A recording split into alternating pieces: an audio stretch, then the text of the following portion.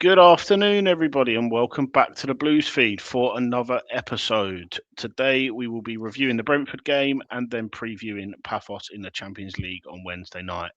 Before we get into all of that fun stuff, I am with my co host and friend, Danny Windsor. Danny, how's things, mate? Not bad, mate. I cannot complain. We won at the weekend. We kept a clean sheet at the weekend. Champions League's back. Can't complain too much. Everything's rosy. And something you lot aren't going to be complaining now is some giveaways that we've got coming up.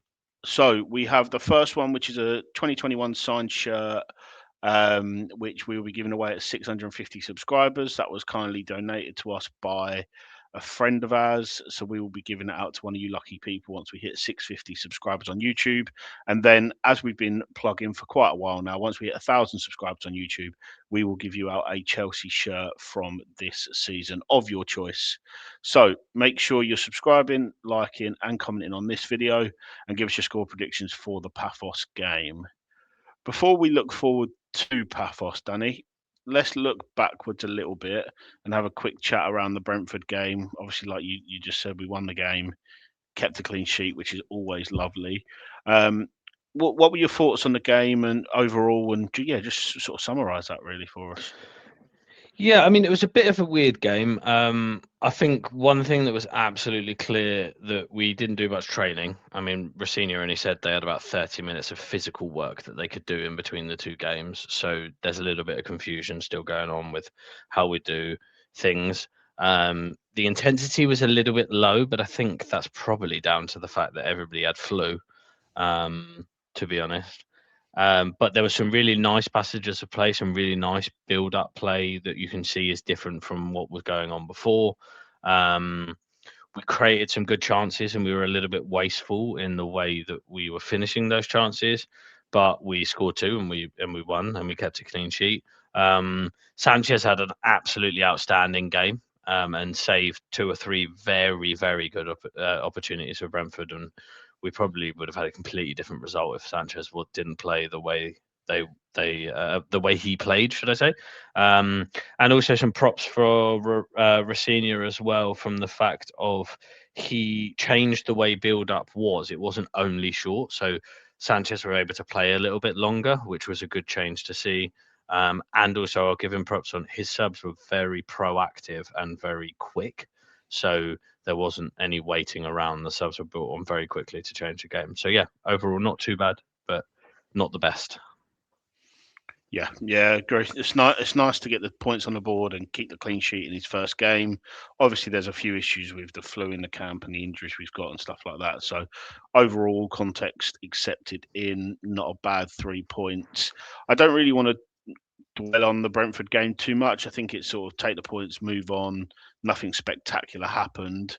Paphos on Wednesday is going to be an interesting test, one that we should come through with flying colours, really, given the disparity between the two teams. They're not even topping the Cypriot First Division, so you'd like to think that we would at least give them a hell of a game, but I'd imagine we'll win it comfortably. I hope so, at least. The return of David Luiz to Stamford Bridge as well, which is always nice to see him. Shame he did that stint at Arsenal, but outside of that, I've got nothing but good feelings for him.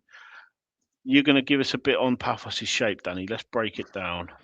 Yeah, I mean, I'm not going to claim that I am a Pafos expert and I watch the Cypriot League week in week out, but I did do a little bit of research and a little bit of watching of clips and of previous highlights from the different games. So they set up in a low block, three at the back, very physical, very physical centre backs. I mean, obviously you've got David Luiz there as well.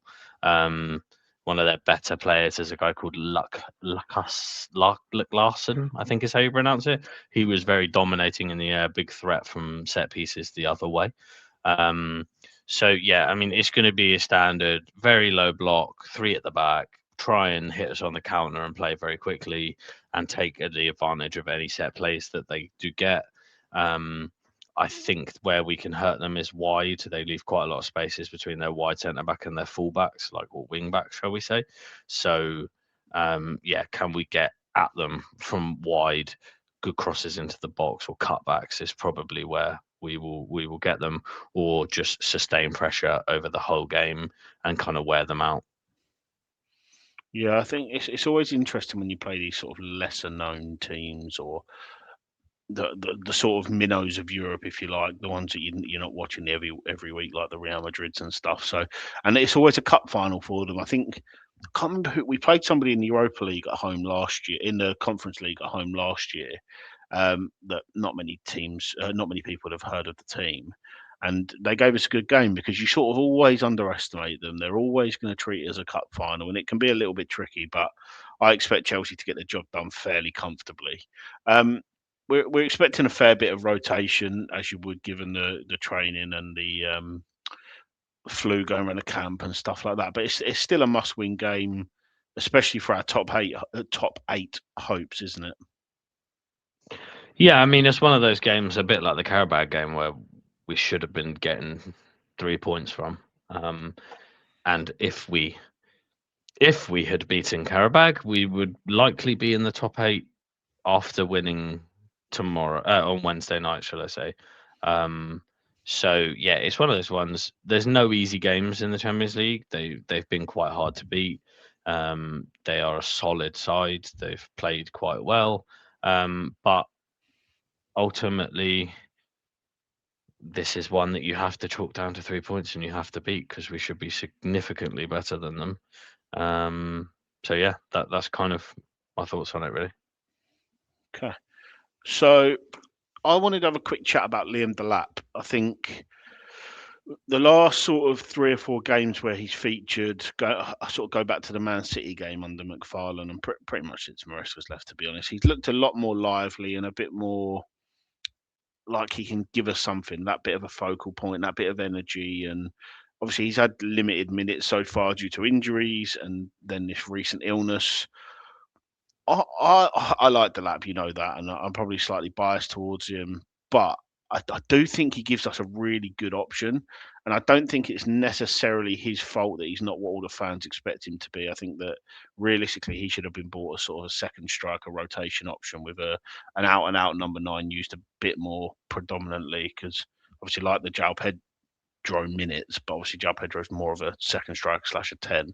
What are your thoughts around the lap, Danny? Because I know you've got sort of mixed emotions around him.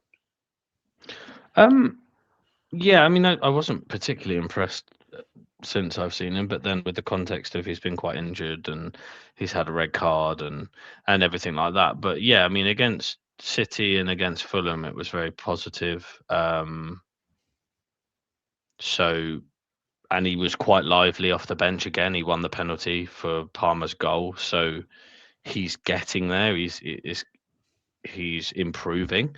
So I'm certainly not saying he's the answer to all our 9 problems, but he's certainly better than what he was. So it'll be very interesting to see how he continues going over the next kind of few weeks. It's quite interesting that it's kind of coincided with Maresca going. I don't know if there's anything about that. I haven't heard anything on that specifically, but then also Liam Rosenior's biggest strength is getting the best out of the players he's currently got.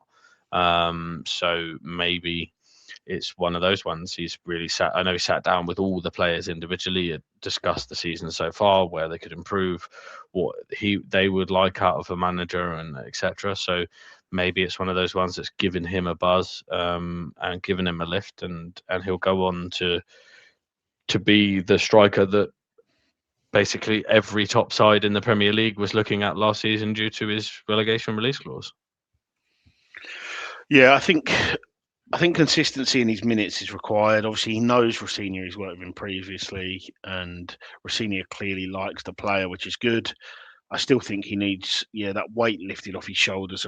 It's the expectation. It's the number 9 shirt at Chelsea. Like, you've got to be able to handle that pressure ultimately, and it'll be interesting. I think he'll start on Wednesday night, and I think and hope he'll score a goal or two. That leads me on to our predictions, Danny. Should we start with how we predict us to line up? I know in a game like this, it's a bit difficult to predict that because um, there's going to be loads of rotation. We haven't had Rossini's press conference yet, so we don't know about injuries or illnesses or anything like that either.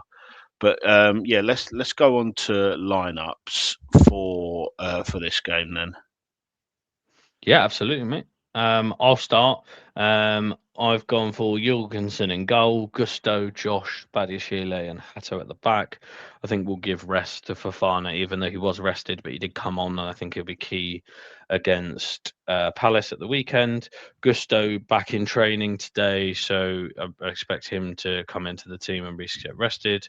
Badiashile looked good when he came on against Arsenal for the build-up side of things. Hato looked very good every time he's played and come off the bench. Was quite bright again against Brentford.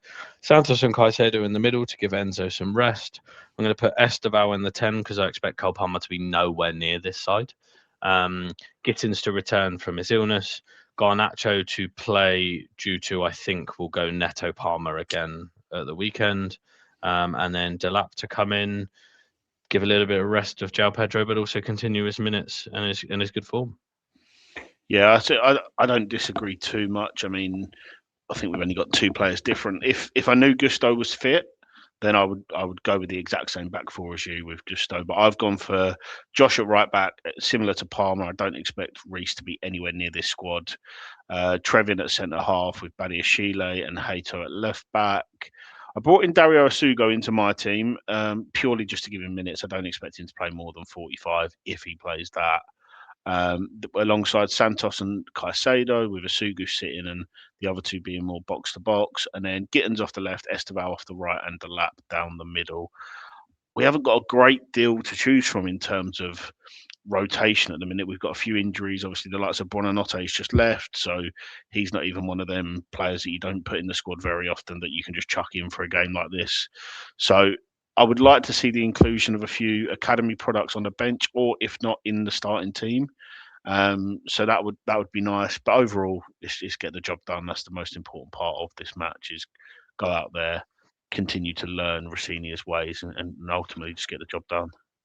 Yeah, I hear you on the academy side. I mean, Shin Maheko was obviously on the bench and came on against Arsenal. It would be great to see him in there. I mean, I thought Guiu was quite good against Charlton and was quite lively against Arsenal again. So it'd be good to maybe see him get some minutes off the bench. But ultimately, let's not even think about that until we've got the game secured. Because if you drop points tomorrow, top eight is on Wednesday, then top eight dreams are over. And I think not that really makes much of a difference for our Champions League run because you'll still have to beat the best teams. It'll be the fact that it gives us 2 extra games off. So, yeah, that's my thoughts. Yeah, we can use the FA Cup to play youngsters. No problem. True. Yeah, I'd just like to see him included on the bench just to give the likes of Reece and Palmer the complete night off rather than having to sit them on the bench just to fill in numbers. But yeah, I would imagine we'll probably do that one way or the other anyway. Let's move on to how we predict the game to play out tomorrow night. So I've gone for a 4-1 Chelsea win. And I think that Delap will get a couple, as I mentioned a little while ago. I think that we'll see Esteval score and maybe Gittins score as well. I've gone for I can't remember who I went for man of the match now. I think I went for. Did I go for? Sorry, I haven't changed the screen. Apologies. Oh, that's okay. Okay, there we go. Yeah, sorry. I went for Delap as man of the match because he scored the 2 goals. That was it. Gittins and Esteval to get the other 2, and a 4-1 Chelsea win. Perfect. And I have gone for a 3-0 win for Chelsea. Garnacho, Steve, and Delap with Esteval as man of the match. I just think, unless they get a load of set pieces, which I don't anticipate them to do because we'll have a lot of the possession, I just don't see him scoring. I think Garnacho will continue his goal scoring form. Steve, and Delap to continue his form. Very nice, mate. Very nice. Well, I don't think there's too much more to add to this game. It's going to be hopefully quite straightforward. We don't know a lot about Pafos, so there's not a lot of conversation to have around them. I'm interested to see the welcome back that David Luiz gets, and ultimately, let's get this done and move on to Palace at the weekend. Danny, have you got anything to add? No, just let's win. That's all we need to worry about. Exactly. Well, I'll take an iffy performance and a 2-0 win like we had against Brentford. No problem. I'd take like 20 of them for the rest of the season. That'd do. Yeah. No problem. We could look shit every single week and every single game, but win 2-0, and I would not care in the Yeah, slightest. yeah, completely agree. Well, we will be back at the end of the week to review the Pafos game and to also preview the Crystal Palace game at the weekend. Until then, we will catch you on the flip side. Up the Chels.